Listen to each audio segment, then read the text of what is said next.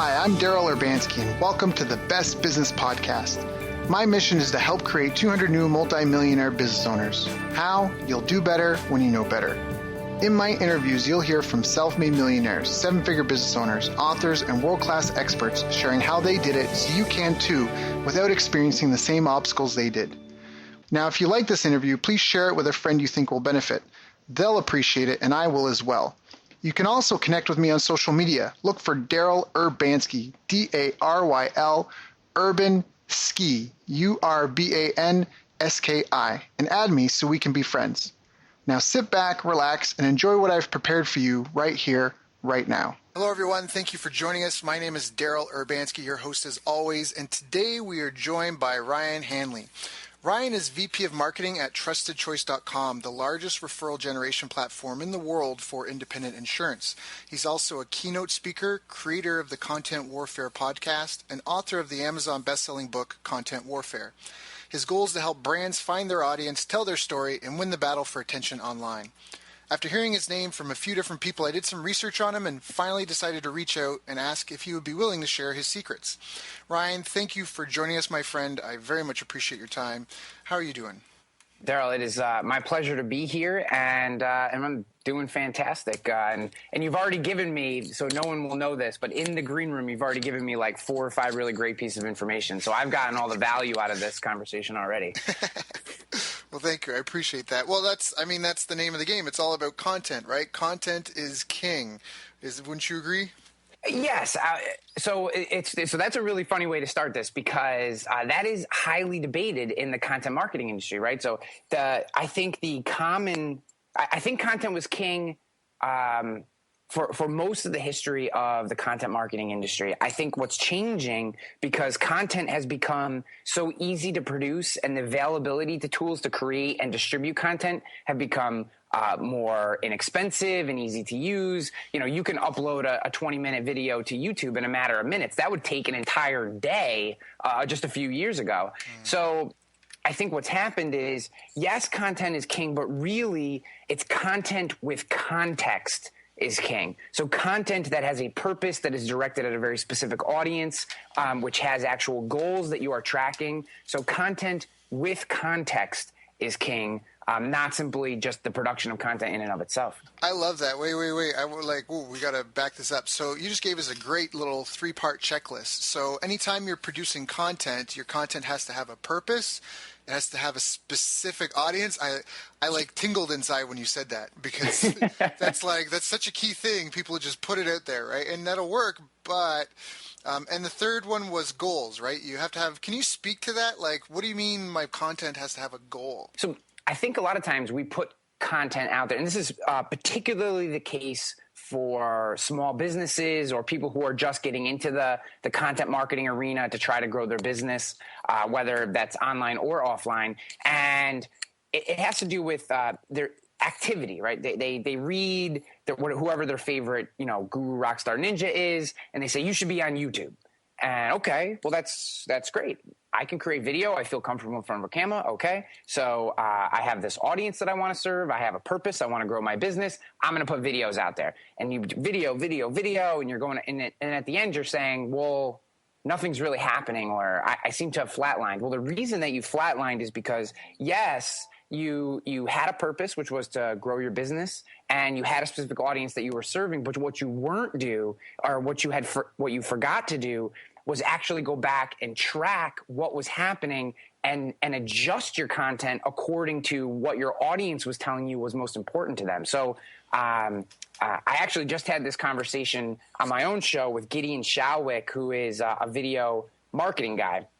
And he was saying that when he first got started, he had this enormous win. He had a JV partner who was a friend that had some huge list, and he put this product out and it went bonanza. And he's like, I got this figured out, right? Like I and then all of a sudden he came back and he said, geez, I kept putting out the same stuff and nothing was happening. And what he realized is in the lesson in this is that he wasn't going back and allowing by tracking and having goals.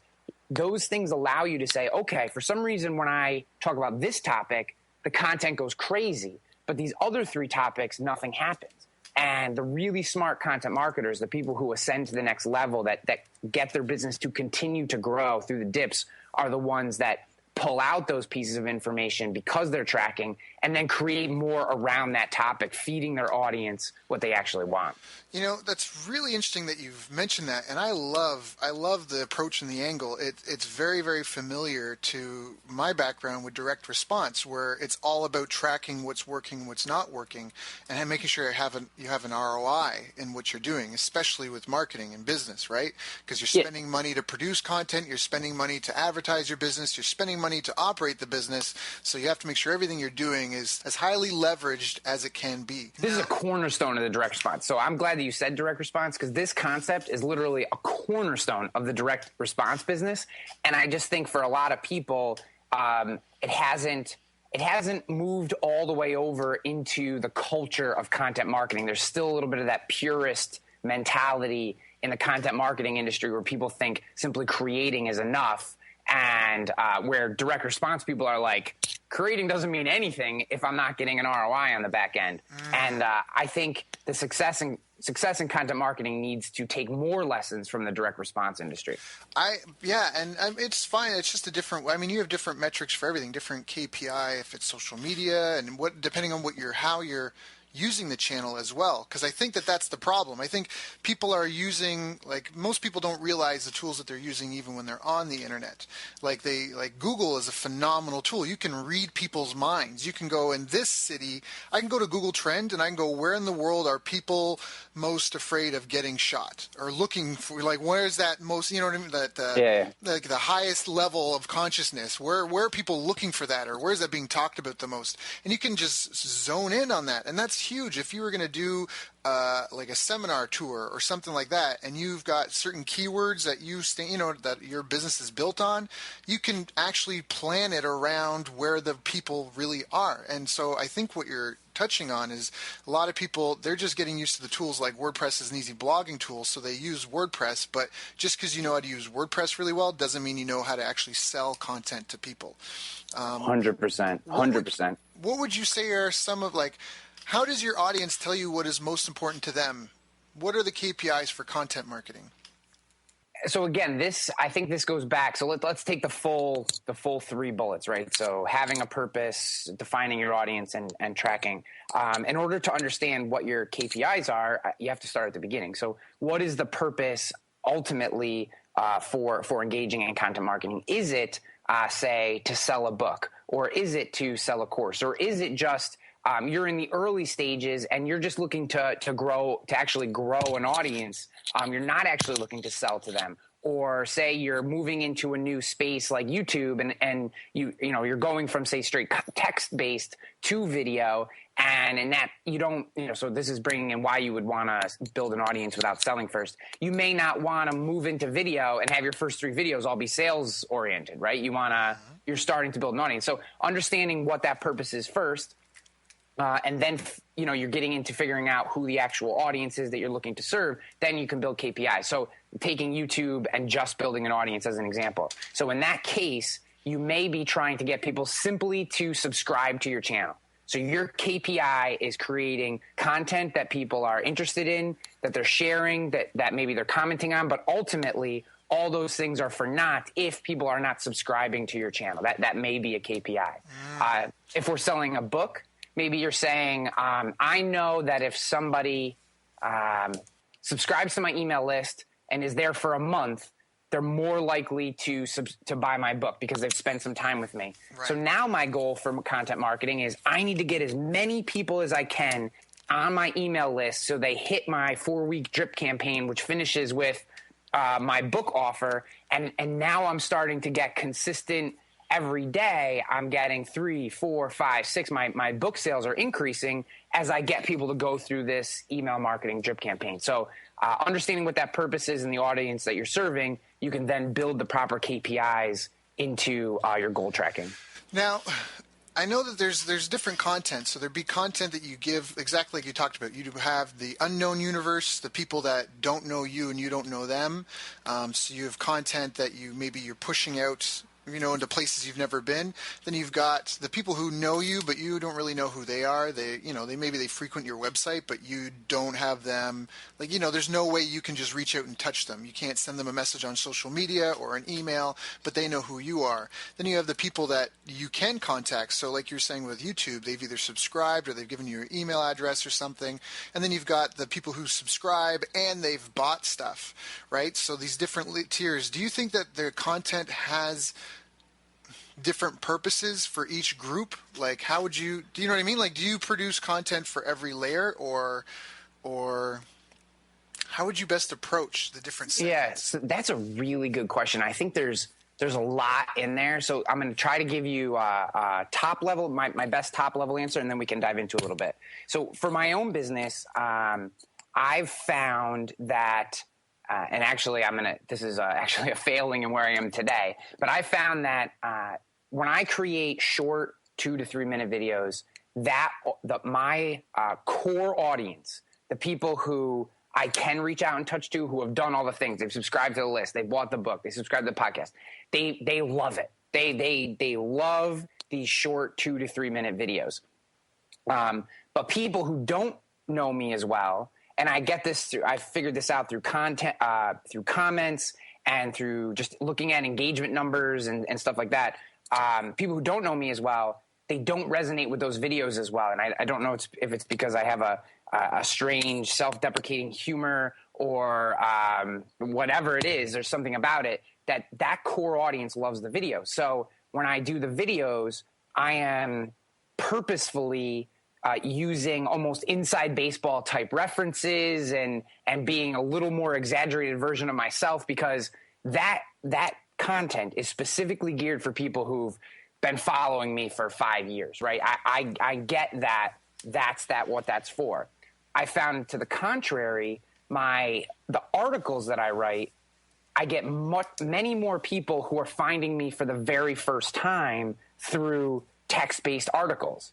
So when I'm writing the articles, I write them, they're much more geared towards helping people solve a very specific problem in terminology that isn't so my personality, right? Like, I want people to hit the page, get a feel for the fact that I have an expertise in this particular type of this particular industry, and that I can help them with XYZ, whatever the post is about, and then provide them opportunities to go farther down the rabbit hole. And as they go farther down that rabbit hole to some of the more richer media, like a YouTube, just video content in general, or the podcast, I give them more and more of my personality and kind of the outside stuff. So that's kind of how I've built my business. That doesn't mean, but I think that's from doing this for 6-7 years and having kind of seen the way the analytics work, as far as you can look at return visitors for articles that have video as maybe one way of seeing, if someone's coming back to this is a loose metric, but it is one that you can use, is if you're getting on your video posts, you're getting tons of, you have a much higher return visitor percentage, then you know that it's more people who are already engaged with your content versus maybe a text-based article that's a lot of first-time visitors. And, you can kind of drill into this stuff. But I wouldn't say there's any one particular metric that just says this type of content is for this person and this type of content is for this person. Right. Now, but what you just said there is huge, because Drayton Bird, who's a copywriting legend, he had a saying that I loved. He said, the purpose of business is to locate prospects, to turn them into customers, and then make your customers your friends. And so I think that what you just described, it was just a beautiful description of almost the process. You said that, you've found that your video stuff tends to be your fans, right? Like your followers. They love your short videos that you do on your YouTube channel. But when new people meet you, usually it's through purpose-based text articles, results-based stuff that's focused on solving a specific problem. And then, after they've come to you a couple of times because you keep solving these problems for them, they go down the rabbit hole through your other media, and then they discover your podcast and your videos and stuff. And so that's how this relationship's unfolding. And is that accurate? That's 100%. That's what it is that I think I think what I've found is personally, and we all have to test this in different ways, right? Is that when I try to interject too much of my personality into the text-based stuff, it may not translate as well. So a joke that I could probably pull off on the podcast or in a video or something that's meant to be kind of off color or off key and just interject a little personality. For some reason in the podcast or on video, that comes through and it doesn't in the text-based articles.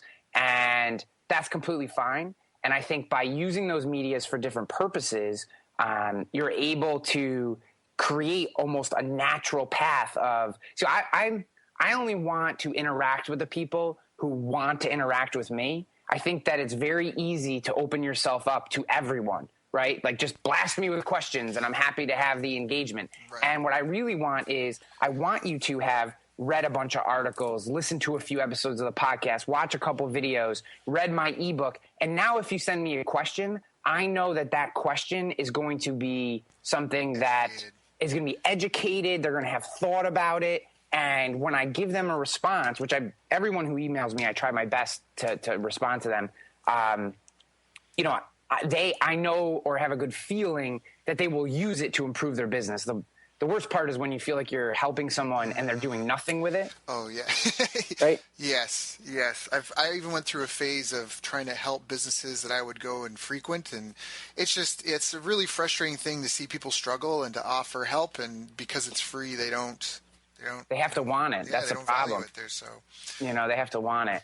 So I'll tell you one little thing that I started doing is, like a lot of the power podcasters, I guess, have this, they all like their name and ask, right? So like Ask Pat, Ask Gary V. And I think that those shows are amazing. Ask James Altucher, they're great shows. But I don't want to start an Ask Hanley show, but people send you questions and I can tell if they're serious about getting an answer or not, because I'll say, do you mind if I answer this question on the podcast? And, I always tell them like, I'll anonymize it if you want, so that, you don't feel like I'm calling you out. And if they say no, then I kind of know that they're just blasting me with a question because they want like free consulting that they're never going to use. But if they say yes, then sometimes I won't even, they're still uncomfortable, then I won't use it. But I kind of use that as like the barometer to feel out, is this person serious about this question? And like, this is going to help them move their business? Or, some people just try to, I don't know why they send out these emails with questions and they really have no intention of ever using the information. So I don't know. I've used that kind of as a barometer. Right. It also provides great content for your show because you get to actually answer someone's question that's on their mind. But that's how I've started to weed out the people who really need help and want it and the people who don't. And I love how you're repurposing content, because that's huge, at least for me in my career, as far as being able to produce a large volume of content, quality content, and maintain consistency through it, because that's a big thing too. If you're trying to produce a lot of content and you've got a couple of writers or other people helping you with it, you might be coming across as schizophrenic almost in your marketing, because you've got all these different personalities that play.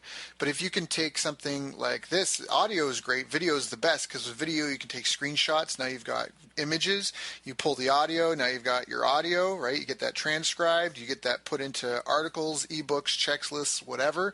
You have the whole thing put together, you've got a course. Like it's repurposing content is, I love how you just articulated that. I think that's a huge thing.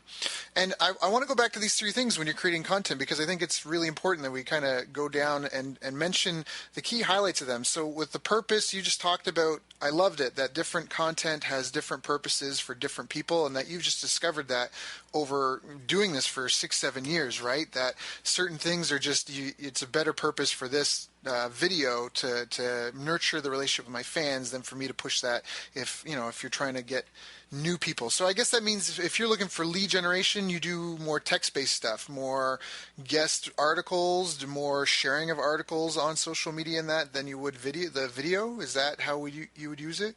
Yeah. So I found that, okay, so I'll back into the answer to this question. I have found that if I put a specific call to action out on my podcast, I get the highest conversion. So if I were on my show and I said, guys, I got XYZ coming out, and if you're interested, go to this URL, which obviously then I can track, and I get some idea of how much of the podcast audience is coming through. That they are very invested in what I'm doing, and oftentimes are very interested in taking it to the next level. So that's kind of like my conversion point. Text drives the most text-based articles by far, and kind of SEO around those text-based articles by far drives the most email subscriptions. I then have, and we're getting very tactical, I don't know if that's what you're interested in, but I then use an introductory 6-email drip campaign to introduce people to what I do. So I've taken 5 of my my most frequented articles, not just in terms of traffic, but in terms of engagement, people actually sharing and commenting. And this is over probably the farthest I go back is maybe like 2 years. But I take people through those articles. And at the end of which I say, if you want to take this even further, here is the link to my book on Amazon. So I'm taking people this introduction. After that 6th one, then they don't get any more automated emails. And what I see is by driving them through, the people who make it to the 6th email, I actually have a pretty decent, like almost over 10% conversion rate on the people that hit that. Now, there are ways that I think I can get that higher, and it should be higher, but still. Conversion rate to what? 10% of people that make it to the 6th email? That actually buy the book. Got it. So people who make it to the 6th email buy the book. So I've actually seen, I started this about 3 months. I launched a book in February. It is August. So I launched this I put the book on this sequence in June, and I've steadily watched book sales go up. So then what I do is people who click the book link, I then introduce them to my podcast to try to take them deeper in and say, here's how you take it to the next level, listen to the show, and you can interact and ask questions. So what I'm trying to do is give people a self-selection process. So I'm using text, video to a certain extent, but like I said, that's more my core audience as it is, to get them to the podcast. Because I know once people are listening to the show, if someone's willing to give you 25, 35, 45 minutes of their day of you actually in their head, they believe in you as a value creator. They enjoy what you're doing and want more. And that's really the relationship I think as creators that we're looking for, is someone who's willing to give you 35 to 45 minutes of their time every week to hear what you have to say and to learn from you. I love that. And it is, and that's, people listening to this, you need to go back and listen to that again and take your notes and write that down, because literally Ryan is just like giving it all away. This is how it is done. And I appreciate that you brought out that it was tactical, because there's the principles, the strategies, and the tactics, right? And something that I heard Dan Kennedy say back in the day, which has proven true for me as far as my experience has been, is the principles, the tactics frequently change, the strategies, the principles sometimes change, and the strategies never change. Or wait, I got that backwards. Yeah, backwards, yeah. Sorry. It's the tactics frequently change, the strategies sometimes change, but the principles never change. And I think what we're talking about is some of the tactical stuff, but at the same time, not really, because the thing I love about what you just said is how it's behavior based. And I don't even know if you caught it when you said that, because you're saying that only the people that click in the email, I then introduce them to the podcast. Well, why would you do that? Well, because it's almost that face-to-face, one-on-one personal attention, right, that we hear about, that you're supposed to be able to automate and replicate and do in your business and your marketing. And so many people don't get that. They just have a robotic machine that barks at people, right? And so I wanted to highlight that part of it, because not only are you feeding them more content as they're asking for it, but you're also avoiding like that sleazy salesman-esque thing that people want to avoid, right? The thing that's going to get you complaints, spam complaints. It's also going to hurt your deliverability rate. This is a separate topic, but with email deliverability, a lot of the internet service providers are getting smart. So when you email someone, it's a form of communication. And when you're emailing 10,000, 50,000, 100,000, 300,000, 500,000 emails, they can tell whether it's a broadcast or it's if it's going to one-to-one. And obviously you give priority to the person that's got the better relationship with the people that they're talking to. And so if they never reply, if they never click, that'd be like sitting in a room with someone who's sitting at a chair beside you and they never even acknowledge your existence, but you keep talking to them. Yeah. And so that's a huge thing, because one of the things to give a principle to the tactical stuff you just talked about with your 6 email sequence and feeding them, this content before the next one, and what the ultimate goal is you can only really have, at least in direct response, and I think this applies to the content marketing, you really only have 2 ways to communicate with people in your content, and that's to make them more loyal or to make them more profitable. And so you've developed a great method and system for making them more loyal, and now you introduced an offer after they've been nurtured, right? After you've built the relationship. I mean, this is the equivalent of being at a bar and just standing outside the girl's bathroom and pulling your dick out when you come. Like literally, like, right? Like you wouldn't just say, "Hey, how are you? Want to get married?" Like you don't. It's too much too fast. And so I think that's why you're getting, because 10% conversion rate is great. And now what you might even want to do is experiment with running ads to that funnel. Because, and maybe, I don't know what your thoughts and opinions are. I love content marketing and I love the whole inbound marketing kind of philosophy, but I think it needs to come with a caveat, and that is outbound marketing really has its own place because there's no other way to grow and scale a business as quickly. Like you can rely on word of mouth, and by all means, if you have a different opinion, please share it. But if you rely on word of mouth or inbound marketing in that sense, you can't scale it. Like you can't say, I want to generate 500 leads today and just go out and get them, because you're kind of waiting for things to grow. And so I think that's where outbound marketing, because that's all my successes have come from paid media channels where we get a campaign that is profitable and generates more money than it costs us for the advertising. And now you can literally just start walking out and finding large pockets of people. And literally overnight, you can start you can increase. We were generating, I remember one campaign we were generating, I think it was like 300 leads a month, and then we got it dialed into where we generated 300 leads in a week, and we used the profit from that, and then generated more leads the next week, and it was like exponential growth that way. Now, but I think all the same principles apply from what we've talked about with content marketing versus just general like direct response, like making offers. How does that land on you, Ryan? Yeah, I'm with you. So, let me say this. For a long time, I was a purist, right? It's all about SEO and content, and you got to get your content out there, and you don't need to advertise if you do content right.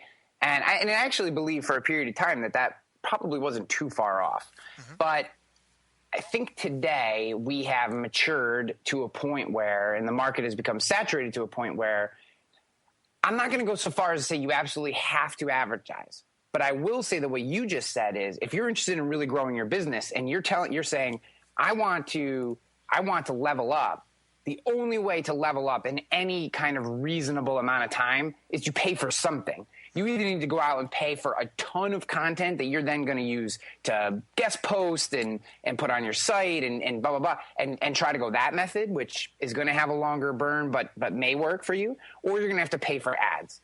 And I can tell you that Facebook ads targeted properly with the right message to the right landing page convert incredibly well. Same thing with PPC, Google AdWords. If you do Google AdWords right, and I am not a Google AdWords guru. When I want Google AdWords, I pay somebody to do them for me.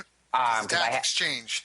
Yeah, and the dials change, and it's all tweaking, and it's like, so for me, Google AdWords is like, you ever see those 1960s movies where like they have the entire wall is filled with knobs and dials, and it performs like one tiny little function, yeah. And there's like 7 people tweaking him. Yeah. That's Google AdWords for me. Google AdWords. To be done right. You know, that you can go in there and waste some money, but if you really want it done right, you need someone who knows that. So I pay people to do that for me. Facebook ads, I am a John Loomer disciple and feel like I have at least enough of a handle and have been able to produce profitable campaigns. So when you want to level up, you have to pay for it in some way, shape, or form. Otherwise, you can just keep cranking along and your business will slowly grow. But that level up move, unless you can have a viral hit that somehow is then sustainable, which is like, that's like the unicorn that then also has a horn coming out its ass, right? Like that's never going to happen.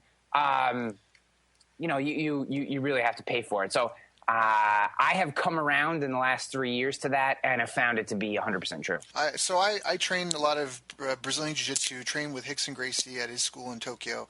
And he has a whole philosophy where he talks about, like, at least in fighting and in Jiu-Jitsu, he says defense, offense, defense. And I think it could apply the same way with, like, inbound, outbound, inbound type marketing, where you want to get some content out there so you can learn the lessons like you've described about what content works best with new relationships and almost have that funnel developed. And then outbound is where you start taking your best pieces and you know, like when a band gets a chance to put a song on the radio, they don't take their second best song and leave their best song on the CD for people to discover, you know, at some point in time. Like, it's because it's never going to see the light of day. They take their best song off the CD, and that's the one they broadcast nationwide.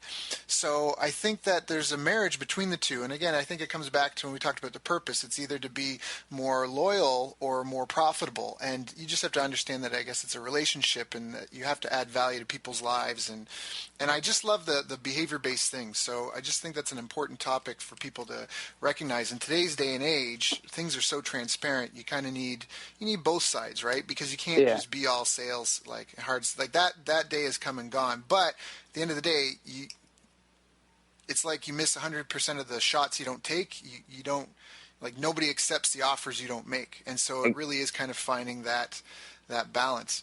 Now, what about... One thing I just want to add to that, and I apologize for interrupting you, is that I think it's an important concept. We're talking about principles. There's an important principle to keep in mind, and that is the idea that content marketing is really just a set of filters, right?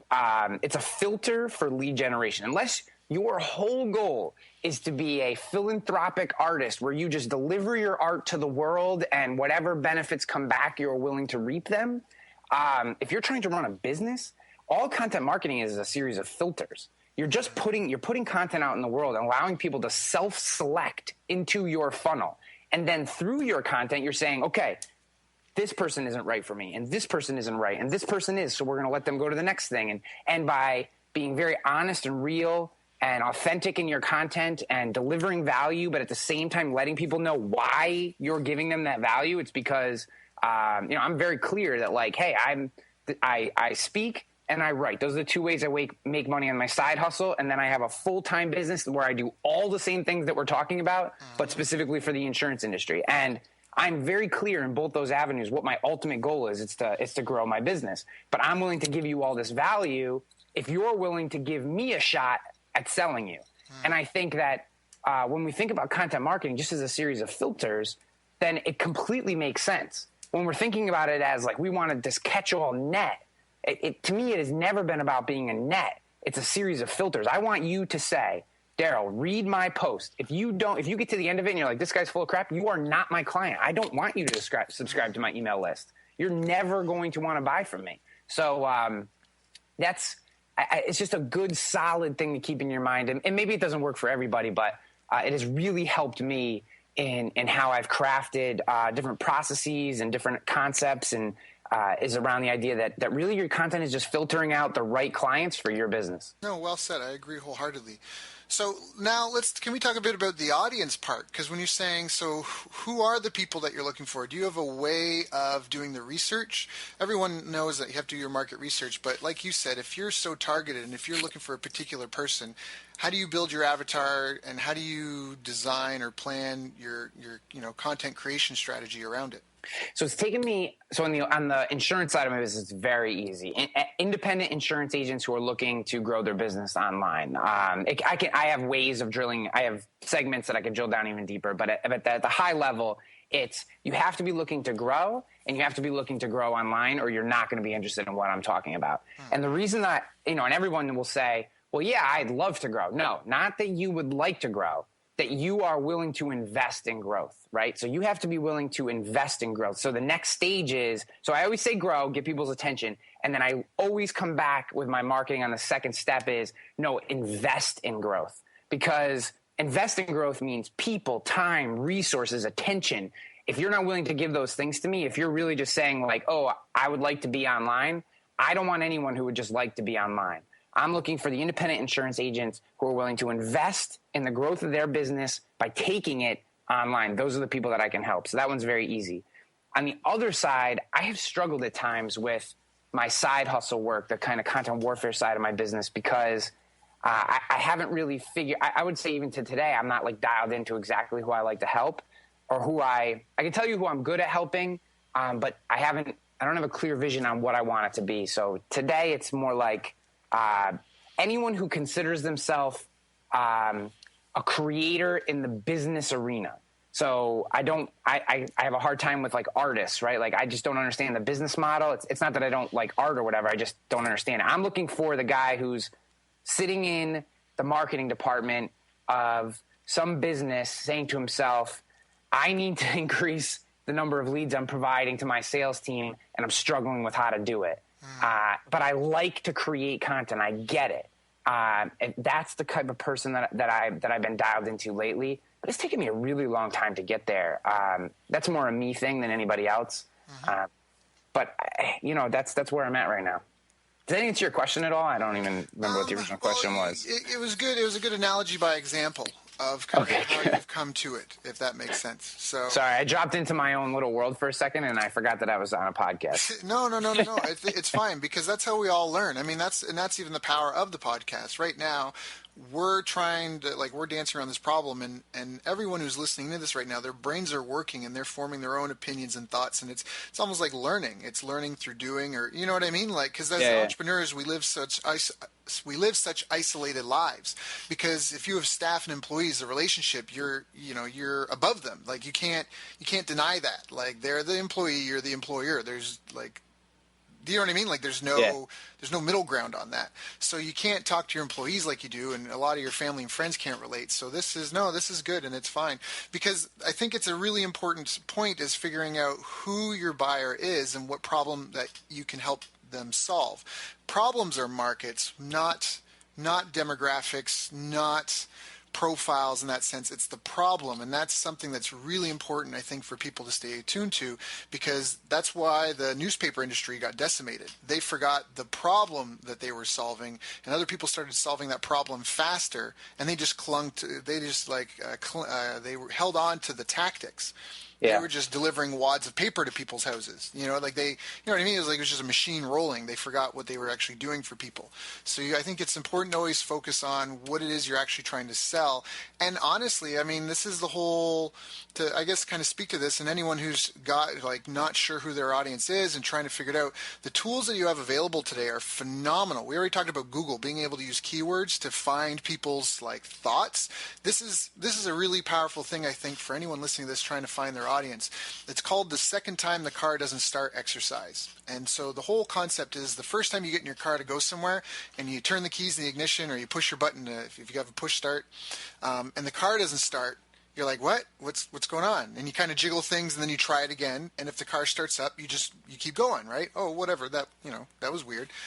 Then the next time you get in your car and it has a problem again, that's when you start going, uh-oh, how serious is this, or how serious is this going to get?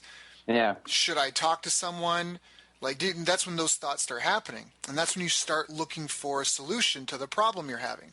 And if you can figure out what it is you offer and who will benefit from it the most, and sometimes people, you can't, nobody knew they wanted an iPod.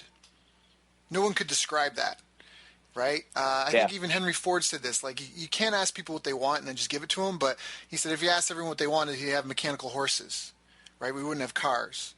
So there is a bit of guesswork in it and discovery, but at least in the beginning, you really want to focus on that second time the car doesn't start, and who those people are. And that's from talking to your prospects and clients and just trying to go out and sell.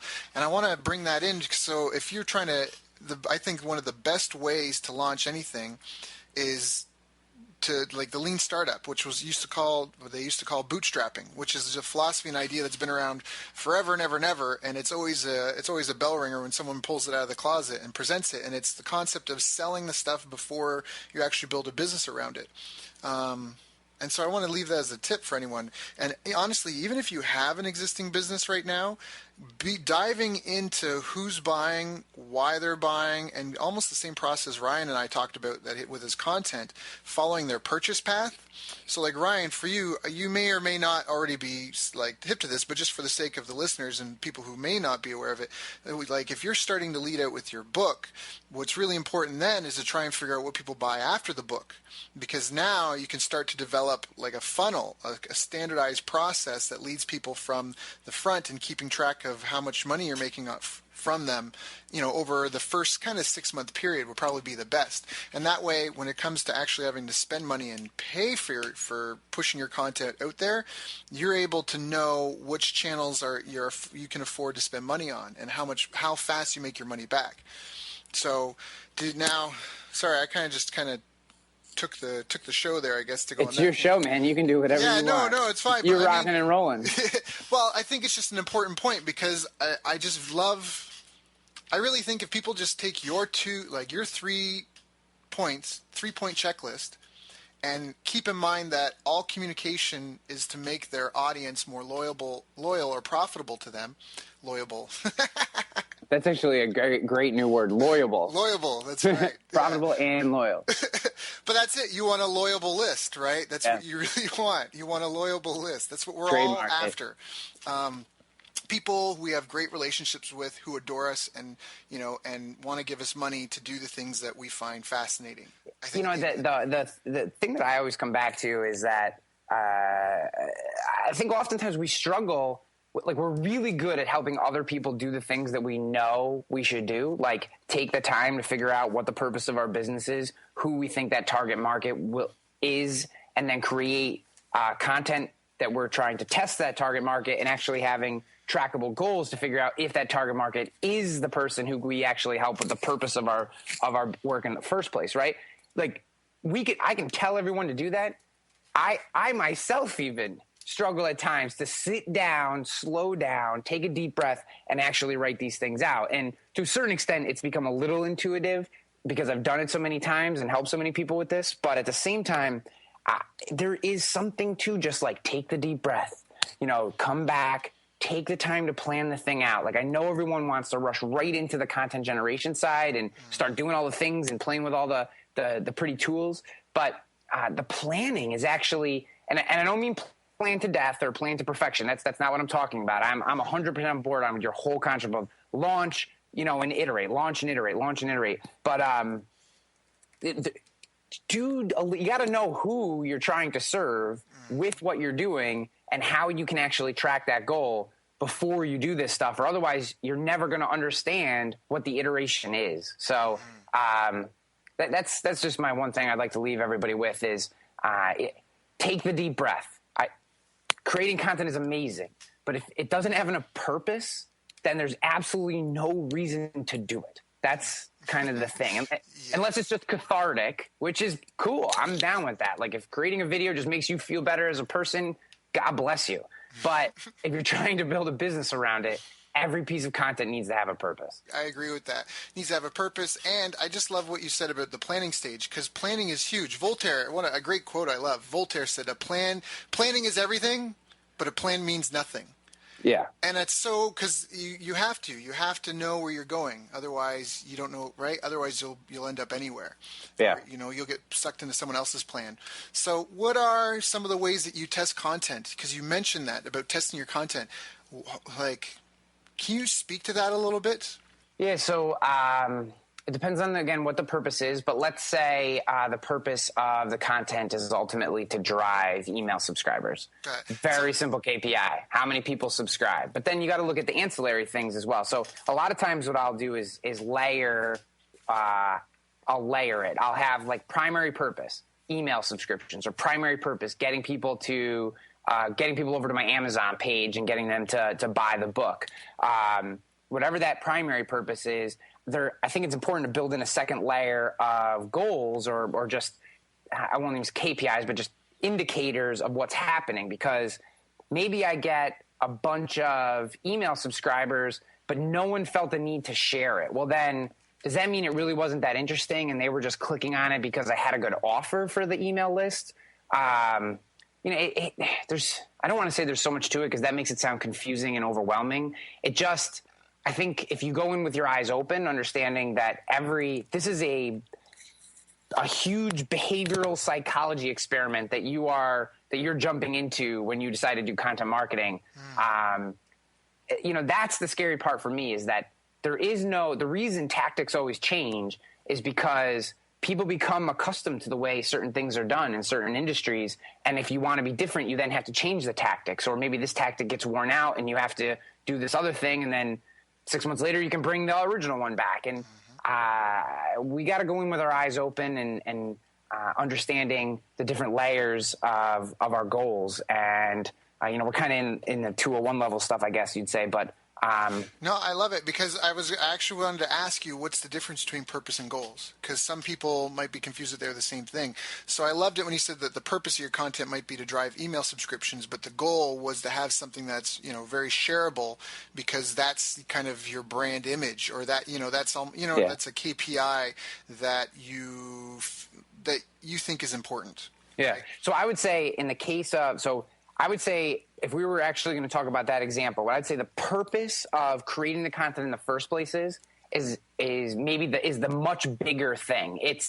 I ultimately want people to buy my book, right? Let's just say that.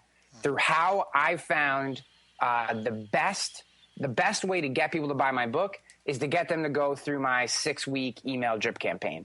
So the goal of the content is to get people on the email list. Purpose of what I do in my side hustle is I want more people to buy my book, because I know that when people buy my book, they're more likely to talk about the work and the ideas and the quotes and take pictures of it. And there's all very good things for the side hustle side of my business if I get them to read the book. So that's the purpose. And ultimately, I want to help them, and I think that the book does that for people. So, it's not like I'm just doing this in self-interest. We assume that everyone's putting out the best content they can to the best of their ability, right? Yes. Yeah. So that's so the goal of the particular piece of content is usually something more surface-oriented, like get them on the email list. Your purpose is the larger mission. So if your purpose is to the Tom shoes example, right? Like the purpose of his work is to get shoes on kids' feet in Africa, but he has a lot of goals that get that purpose done. So some of them are just getting people to buy shoes. Some of them are getting people to donate money. Some of his goals are getting people to subscribe to his own email list, because he knows then he can market to them and ultimately get them to buy a pair of his shoes, and getting celebrities to wear his shoes and getting endorsements and doing advertising. So there's all these different goals that ultimately serve your higher purpose, whatever that purpose is. So now I have a question about this. So you've got your goals, and obviously that means you want people to take action. So that means that in your content, you're trying to get people to do things you can measure: share, comment, like, subscribe, buy, right? Yep. Do you have any rules of thumb for what percent should be content, what percent should be pitch? I know in the old school days, with direct mail and that, sometimes you'd hear of pieces that were 60-40 or 70-30, or, but now online, I've heard some people say really you need to be 90% content, 10% pitch. And some people are saying, no, 95-5. Some people say you always have to have a pitch and everything. You never do stuff without a pitch. Okay, what would you say about all that? Again, this is an idea that I have morphed on over the last few years. I was probably more the 90-10, pitch 10% of the time a few years ago. And I am self-professed recovering purist content marketer, right? Like I had all these like pie in the sky visions of what went on. And as I've intentionally tried to grow my business, all these ideas have changed. So in that process, I can tell you that I think that you should pitch as often as you are comfortable pitching, unless that is 0, and then it needs to be more than 0. And I'll tell you why I think that is because when you pitch and you are uncomfortable, it sounds awful and it doesn't convert. Like people can tell when you're like uncomfortably pitching. But that being said, people don't know what you want them to do unless you tell them. So if you want people to subscribe, you have to put in your blog post please subscribe to my newsletter list for X. And that's a terrible call to action, but that's, you have to put something in there that says, this is what I want you to do. Or you get 3/4 of the way through your article and you're like, if you want to dive deeper on this topic, here's my book, or here's my newsletter, or here's this great video that I did one time, or whatever you want your call to action to be. People, you can't assume that people know what your goals are, right? They've just come because they saw an interesting headline, and it feels like whatever your article is about could either help them or entertain them or inspire them. That's why they're there. If you want them to do something else, you have to tell them to do that other thing, or it's never going to happen. And if you're trying to grow a business, that probably makes sense to get them to buy something. What I love about that is because that's the thing everyone shies away from. And so you're giving people permission to only do what they feel comfortable with and stay inside their comfort zone. But at the same time, I want to back that up and emphasize you should probably be asking way more than you are right now. And that's because so many of us undervalue ourselves or what we do, or, we feel self-conscious and we're inside our own heads. Because I made a list a while ago and I wanted to share it because all this stuff comes to action. Obviously, action develops character and creates results, not adjectives.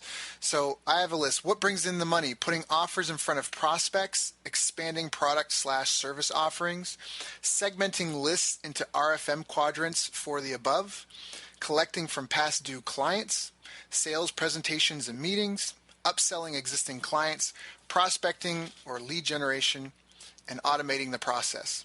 So all of those are, you're making a pitch of some sort. Putting offers in front of prospects, that's asking a prospect to make a purchase. Expanding product service offerings, that's a product development thing, I guess. So that's not the same, but you're going to find that, I'm getting a call.